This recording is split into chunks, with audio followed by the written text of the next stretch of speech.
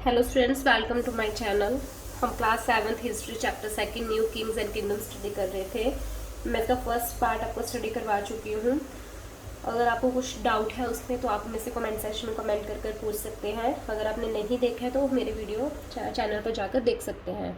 तो आज हम हमारा नेक्स्ट टॉपिक स्टार्ट कर रहे हैं जिसका नाम है warfare for wealth. You may have noticed that each of these ruling dynasties was based on a specific reason. आपने कभी आपने ये नोटिस किया है कि जो जितने भी हम रूलिंग डायनेस्टीज जितने भी हम डायनेस्टीज़ के बारे में हमने पढ़ा है वो उनके अपने अपने स्पेसिफिक रीजन से कुछ इलाके थे। At the same time they try to control other areas, और उनका एक मकसद रहता था कि जो अदर एरियाज़ हैं, जो अदर जगह और इलाके हैं, उन पर अपना रूल करना, अपना राज्य करना। One particularly prized area was a city of Kannauj in the Ganga valley. ऐसा ही कुछ गंगा वैली के पास एक सिटी कनौज थी, उसके बारे में सुनने को आता है। For centuries rulers belonging to Gurjara Pratiharas Rashtrakutas and Pala dynasty fought for control over Kanauj. काफ़ी सेंचुरीज तक Gurjara Pratihara dynasty, Rashtrakuta dynasty and Pala dynasty आपस में लड़ रही थी इस कनौज एरिया के ऊपर कंट्रोल करने के लिए। Because there were three parties in this long drawn conflict, historians often describe it as the tripartite struggle. इसमें तीन पार्टीज थी, गुर्जरा प्रतिहारा, राष्ट्रकूट एंड पाला डायनेस्टीज। ये तीन रूलर्स थे जिन्होंने इसके लिए लड़ाई किया। तो तीन रूलर्स होने के कारण हिस्टोरियंस ने इस स्ट्रगल को नाम दिया tripartite struggle. As well as C PP 62 to 66, rulers are try to demonstrate the power and sources by building large temples. Rulers ने क्या किया, अपनी पावर दिखाने के लिए वहाँ पे सबसे पहले बड़े बड़े टेम्पल्स बनाने शुरू किए। So when they attacked one another's kingdom they often choose to target temples which were sometime extremely rich. उसके बाद वो क्या करते थे, एक दूसरे के किंगडम्स पर अटैक करते थे और उनका टारगेट होता था उनके टेम्पल्स, जो बहुत बड़े बड़े टेम्पल्स बनाए जाते थे। You will read more about in this chapter 5। इसके बारे में हम चैप्टर 5 में डिटेल में पढ़ेंगे। One of the best known of such ruler Sultan Mahmud of Ghazni Afghanistan. ऐसा कुछ एक नया रूलर, एक सबसे बड़ा रूलर सुनने को आता है जो बहुत फेमस था, सुल्तान महमूद ऑफ गजनी अफगानिस्तान का। सुल्तान किसको कहते हैं ना, अरेबिक टर्म मीनिंग रूलर। ये एक अरेबिक टर्म है, एक अरेबिक वर्ड है सुल्तान। इसका मीनिंग होता है एक राजा, ruler. He ruled from 997 to 1030 at extended control over parts of Central Asia, Iran and the northwestern part of the subcontinent। इसने जो राज किया है, इसके जो रूल का टाइम है वो 997 से 1030 तक का है, और इसने सेंट्रल एशिया, ईरान और सब कॉन्टिनेंट, कुछ नॉर्थ एंड वेस्टर्न पार्ट्स के ऊपर इसने अपना राज्य किया है। He raided the subcontinent almost every year. His target were wealthy temples including that of Somnath, Gujarat. ये हमेशा हर बार क्या करता था, हर साल कुछ सब कॉन्टिनेंट्स पर अटैक करता था और वहाँ के जो वेल्थी टेम्पल्स होते थे, बड़े बड़े मंदिर होते थे, इसका वो टारगेट होता था उनको लूटना। और इसने गुजरात सोमनाथ के टेम्पल को लूटा था, वहाँ से बहुत ज़्यादा इसने लूट मचाई थी। Much of wealth in Mahmud carried away was used to create a splendid capital city at Ghazni. और इसने जो है अपनी एक कैपिटल सिटी जो बनाई, गजनी सिटी बनाई इसने। Sultan Mahmud was also interesting in finding out more about the people he conquered and interested a scholar named Al Biruni to write an account of the subcontinent. सुल्तान मोहम्मद क्या था, ये ज़्यादातर लोगों को हराने में इंटरेस्ट रखता था, इसको अच्छा लगता था, और इसने एक अपना स्कॉलर नेम रखा अल ब्रियानी। सब कॉन्टिनेंट के ऊपर इसने वो किया था। This Arabic work known as a Kitabul Hind, जो ये अरेबिक में सारा लिखा गया था, इस बुक को नाम गया था किताबुल हिंद। इसने अपने सब कॉन्टिनेंट के ऊपर ये सब लिखा था। Remains an important source for the historians को इस किताब उल हिंद में से बहुत कुछ जानने को मिला इसके बारे में। He consulted Sanskrit scholars to prepare this account. इस जो सब कॉन्टिनेंट में इसने अकाउंट लिखा था, जो बुक लिखी थी, इसमें उसने संस्कृत स्कॉलर्स को कंसिडर किया था, उनको बोला था कि तुम ये बुक लिखो।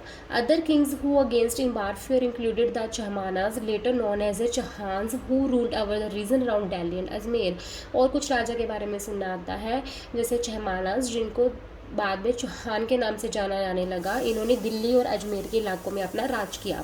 दे attempted to expand their control to the west and the east. They were opposed by the Chalukyas of Gujarat and Gahadavalas of western UP. इनका क्या हुआ, इन्होंने अपना जो कंट्रोल था वो वेस्ट की तरफ बढ़ाना शुरू किया। ये वेस्ट और ईस्ट की तरफ गए। इनका मेन एम था कि वेस्ट की ईस्ट जो भी इलाके आते हैं उन सब पर इनका राज हो जाए। तो इनकी जो अपोज, इनको जो वहाँ से जो बदले में लड़ाई हुई, वहाँ पे इनको चालुक्यज डायनेस्टी ने रोका, जो गुजरात की डायनेस्टी थी, और घाटवालास जो वेस्टर्न उत्तर प्रदेश की डायनेस्टी थी, उनसे इनका मुकाबला हुआ, उनसे इनके वॉर हुए। The best known Chahamana ruler was Prithviraj third. जो सबसे ज़्यादा इनमें से सबसे जो जाना माना रूलर है, राजा है, वो है पृथ्वीराज थर्ड, जिन्होंने 1168 से 1192 तक राज किया। Who defeated an Afghan ruler name Sultan Mahmud Ghori in 1191 but lost to him the next year in 1192। इन्होंने सबसे बड़े सुल्तान मोहम्मद गौरी को 1191 में इनको हराया था, और लेकिन 1192 में उसको लॉस्ट कर चुके थे ये। नेक्स्ट है क्लोजर लुक द चोलाज। ये चोलास का कुछ क्लोजर लुक आपको दिखाया गया। ये चोलास का पूरा इलाका है इस ग्रुप में। यहाँ पे चालुक्यज अंडर विक्रमादित्य सिक्स्थ, ये जो इलाका है ये विक्रमादित्य सिक्स्थ जो राजा था उसके अंडर का है। ये कल्याणी, बदमान, ये है जो हमारा बदामी, ओके, कखत्स्य, यादव्स, कलिंगा, साउथ कलिंगा, ये सब इनके अंडर आते हैं। मदुराई, यूरायपुर, थंजौवर, कांची, ये सारा चोलास का राज्य है। From Uraiyur to Thanjavur. अब हम पढ़ते हैं चोलास के बारे में। यूरायर टू थंजौवर तक इनकी जो जर्नी है वो, how did the Chola rise to power. इन्होंने चोलास डायनेस्टी में अपनी पावर, अपनी ताकत को कैसे बढ़ाया। A minor chiefly family known as a Muttarayar held power in the Kaveri delta. एक चीफली फैमिली थी जिनको मुत्रायर के नाम से जाना जाता था। इनकी कावेरी डेल्टा में इनकी काफ़ी ताकत थी, काफ़ी पावर थी इनकी इस एरिया में। They were subordinate to the Pallava kings of Kanchipuram. ये जो कांचीपुरम में पल्लव किंग्स थे उनके सबॉर्डिनेट थे, उनको मानते थे। Vijayalaya who belong to the Asian chiefly family of the Chola from Uraiyur capture the delta from the Muttarayar in the middle of the 9th century. Vijayalaya ये कौन था, ये एक चीफली फैमिली थी चोलास की यूरायर्स से। इसने क्या किया, जो मुत्रायर्स थे इनसे इनका डेल्टा कैप्चर किया। 9th सेंचुरी में से जो डेल्टा थी, कावेरी डेल्टा थी, वो इनसे ले लिया, उस पर कब्जा कर लिया। He build the town of Thanjavur and a temple for goddess Nishumbhasudini there. उसने एक टाउन बनाया वहाँ पे जिसका नाम इसने थंजौवर रखा, और वहाँ पे एक गॉडेस जो हमारी देवी है निशुम्भ शुद्धनी, उसका इसने यहाँ पे टेम्पल बनाया। The successor of Vijayalaya conquered neighboring regions and the kingdom grew in size and power।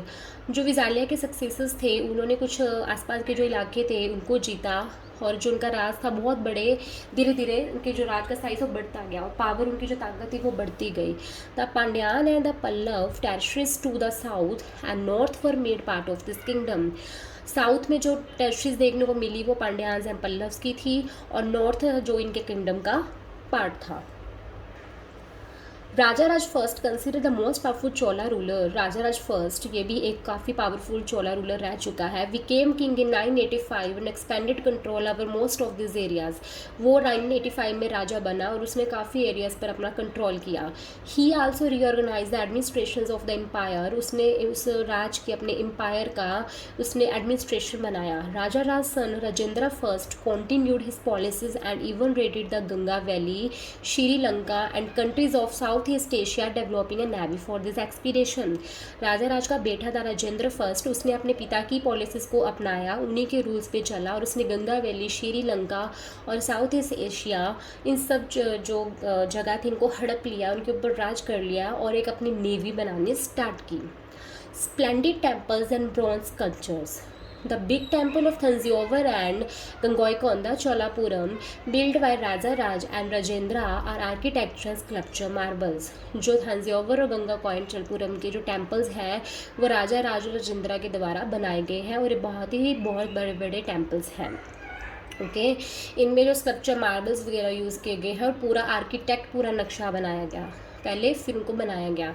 Chola temples often became the nuclear of settlements which grew around them. धीरे धीरे जो चोला टेम्पल्स थे वो हर जगह बनते गए। These were centres of craft production. उन्होंने काफ़ी, ये जो टेम्पल्स है ये एक क्राफ्ट प्रोडक्शन का सेंटर बनते गए। Temples were also endowed with land by rulers as well by others. ये जो टेम्पल्स थे इनके भी कुछ जो ज़मीन थी उनके भी कुछ रूलर्स को जिम्मेवारी दी गई जो इस टेम्पल्स की देख रेख करते थे। The produce of this land went into maintaining all the specialists who worked at the temple and very often lived near it। In temples के आसपास कुछ लोग भी रहने लगे, priest, garland makers, कुक्स, sweepers, musicians, dancers etcetera, ये सब temples के आसपास ही रहते थे और इनको मेंटेन करते थे। In other words temples were not only place of worship, they were full hub of economic, social and culture life as well. हम दूसरे शब्दों में अगर ये कहें कि ये सब लोग क्यों रहते थे, इनसे ये पता लगता है टेम्पल सिर्फ वर्शिप से पूजा करने के लिए नहीं बनाए गए थे, ये इकोनॉमिकली, सोशली, कल्चर हर तरफ से इनमें हर एक एक्टिविटी की जाती थी। आपको ये टेम्पल दिखाया गया फिग में। The temple at Gangaikonda Cholapuram, notice the way in which the roof tapers, also look at the elaborate stone sculptures use to decorate the outer walls. आप इसका देख सकते हैं स्ट्रक्चर कितना अच्छा है और उसके बाद जो ये स्टोन्स जो यूज़ किए गए हैं डेकोरेट करने के लिए वॉल्स को बहुत अच्छी तरह से किए गए हैं। ये काफ़ी बिगेस्ट टेम्पल है हमारा। Okay, Amongst the craft associated with temples, the making of bronze images was the most distinctive। Craft के साथ साथ इनमें जो इमेजेस बनाई गई थी वो ब्रॉन्ज की बनाई गई थी। Chola bronze images are considered amongst the finest in the world. पूरी दुनिया में ये चोला ब्रॉन्ज इमेजेस फेमस थी। while most images were of deities, some images were made of devotees as well as। ये देवी देवताओं की बनाई गई थी। ओके, जैसे ये आपको दिखाई गई है एक ब्रॉन्ज जो ये है। ओके, ये है चोला ब्रॉन्ज स्कल्पचर, ये ब्रॉन्ज का बनाया गया sculpture. Notice how careful it is decorated to find out how this images were made. See chapter 6। हम चैप्टर 6 में रीड करेंगे कि इमेजेस को कैसे बनाया गया था, लेकिन आप इस इमेज को देख सकते हैं कितना अच्छी तरह से इसको डेकोरेट किया गया। इनकी ड्रेसअप है जो इनका ये ऑर्नामेंट्स, जो बैंगल्स, रिंग्स वगैरह, ये सब इनको कैसे डेकोरेट किया बहुत अच्छी तरह से बनाई गई है। जो चोला की ब्रॉन्ज इमेजेस थी वो पूरी दुनिया में फेमस थी। नेक्स्ट इनका आता है agriculture and irrigation. Many of the achievements of the Cholas were made possible through new developments in agriculture। काफ़ी इन्होंने अचीवमेंट हासिल की एग्रीकल्चर एरिया में भी। Look at map 2 again. अगर हम मैप 2 की तरफ जाते हैं, notice that the river Kaveri branches off into several small channels before emptying into the bay of Bengal. हमें पता है कि रिवर कावेरी है जो बे ऑफ बंगाल खाड़ी में जाकर गिरती है, लेकिन उससे पहले उस रिवर कावेरी में से बहुत छोटी छोटी नदियाँ हम इस मैप में देख सकते हैं, जैसे नर्मदा, तप्ती, गोदावरी, महानदी, ये सब नदियाँ हैं जो हमें चोलास के रूल में हमें देखने को मिली हैं ये। Okay, this channels overflow frequently depositing fertile soil on their banks. जब ये चैनल्स जो छोटी छोटी नदियाँ हैं इनमें जो मतलब कि इनके किनारों पे अगर देखें तो यहाँ पे बहुत ज़्यादा मिट्टी देखने को मिलती है। इसलिए जो मिट्टी है वो बहुत फर्टाइल है, बहुत ज़्यादा मतलब उसमें खेती बहुत अच्छी होती है। Water from the channels also provide the necessary moisture for agriculture, particularly the cultivation of rice. और बाकी जो इन चैनल्स से जो नदी थी, छोटी नदियाँ थी, इनमें से जो पानी था ज़्यादातर एग्रीकल्चर खेतों में यूज़ किया जाता था खेती के लिए, मोस्टली राइस की खेती के लिए। आल्थो एग्रीकल्चर है developed earlier in other parts of Tamil Nadu के कुछ पार्ट्स में भी एग्रीकल्चर इन्होंने शुरू किया, खेती शुरू की। It was only from the 5th और 6th century that this area was opened up of large scale cultivation. लेकिन ये 5th और 6th सेंचुरी में ही देखने को मिलता है। 5th और 6th सेंचुरी में इन्होंने बहुत ज़्यादा स्केल पर इन्होंने कल्टिवेशन खेती की। Forest had to be cleared in some regions. कई जगह पे इन्होंने जंगलों को क्लियर कर दिया, साफ़ कर दिया, जंगल काट दिए गए। Land had to be levelled in other areas. कुछ जगह पर जो लैंड थी, ज़मीन खाली पड़ी थी, उनको लेवल किया गया। In the delta region embankments had to be build to prevent flooding and canals had to be constructing to carry water to the fields. In many area 2 crops were grown in year. काफ़ी जगह पर इन्होंने canals और embankments बनाए जहाँ पे पानी को स्टोर किया जाता था और यहाँ पे सीधा पानी खेतों में सप्लाई किया जाता था। कई एरिया में तो ये एक साल में 2 क्रॉप्स की भी खेती करते थे। 5th 9th century Sulikit Gate in Tamil Nadu, it regulated the outflow of water from a tank into the channels that irrigate the field। ये एक आपको सिलगेट गेट देखने को मिलेगा, तमिलनाडु में बनाया गया था। इससे जो पानी था वो ओवरफ्लो होके फील्ड्स जो खेत में जो खेती की जाती थी उसमें उनको सप्लाई किया जाता था। Sluice gate is traditionally wood और मेटल बैरियर। ये वुड और एक मेटल का बना हुआ था which is commonly use to control water level and flow rate in river and canals. जो पानी के फ्लो को, अगर पानी तेज़ी से आ रहा है उसके फ्लो को ये कंट्रोल में रखता था। In many cases, it was a necessity to water crops artificially. A variety of methods were used for irrigations. काफ़ी टाइप के उनके पास methods आपको चोला रूलों में देखने में मिलेंगे जिन्होंने अपनाए थे irrigation के लिए. In some areas, wells were dug. कई एरियाज़ में कुएं बनाए गए. In other places huge tanks were constructed to collect rain water. और कई एरियाज़ में बड़े बड़े टैंक्स बनाए जाते थे जहाँ पे जो बारिश का पानी था उसको स्टोर किया जाता था. Remember that irrigation works require planning. और इरीगेशन करने के लिए बहुत अच्छी प्लानिंग करते थे. ऑर्गेनाइजिंग लेबर, इनको लेबर इनको चाहिए थी, वो उसको ऑर्गेनाइज करना. रिसोर्सेज क्या क्या चीज़ें चाहिए. Maintaining this works and deciding how water is to be share. और सारे काम को मेंटेन करना, कंट्रोल में करना और ये डिसाइड करना कि कैसे पानी को शेयर किया जाए.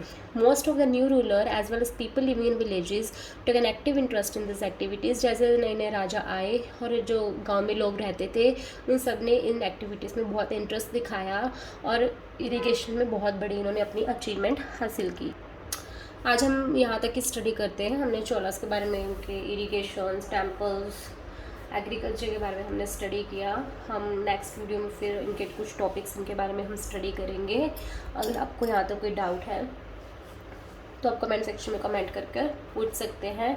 अगर आपको मेरी वीडियो अच्छी लगी हो तो प्लीज़ लाइक कीजिए और चैनल को शेयर कीजिए. Thank you.